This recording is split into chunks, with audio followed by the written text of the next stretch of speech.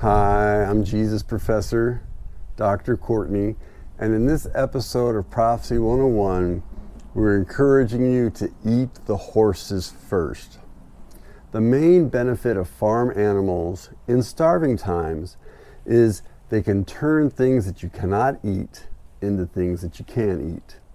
Horses are simply much less efficient than most other forms of livestock.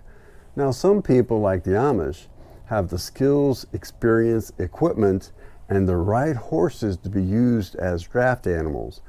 But if your horses don't produce more food than they consume, when food is in short supply, your best bet is to eat the horses first.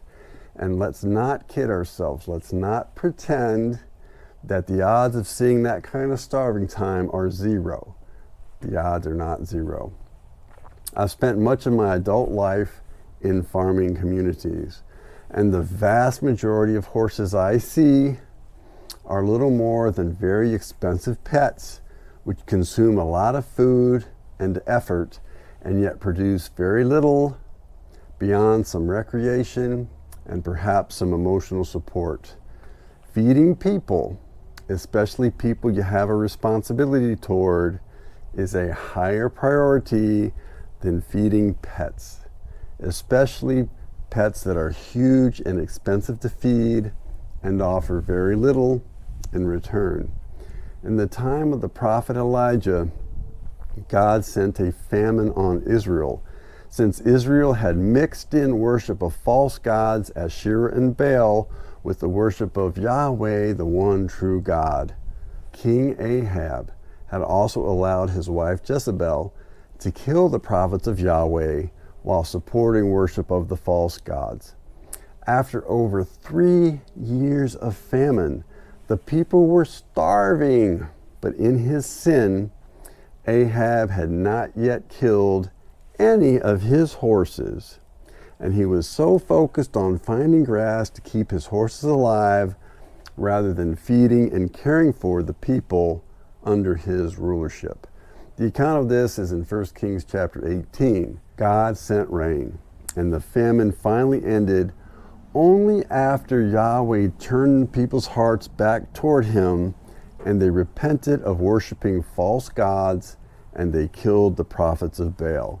So, while eating the horses first is a matter of wisdom, repenting of the sins that bring judgment on the land in the first place is the higher priority. Scripture reveals that sins that bring judgment on your land are shedding innocent blood, sexual immorality, including pornography, which is a form of prostitution, and the worship of false gods and occult practices.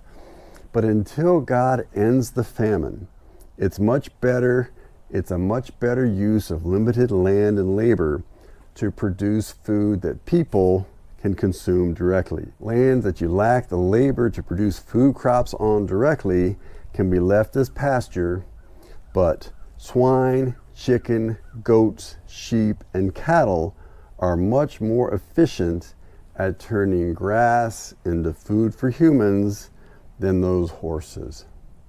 Bon appetit. When the starving time comes, eat the horses first. The good life is the land where the big grapes grow, milk and honey flow from the morning till the night, and everybody's singing to Jesus. Yeah, the good life is the land where the big grapes grow, milk and honey flow from the morning till the night, and everybody's singing to Jesus. Oh, I love Jesus.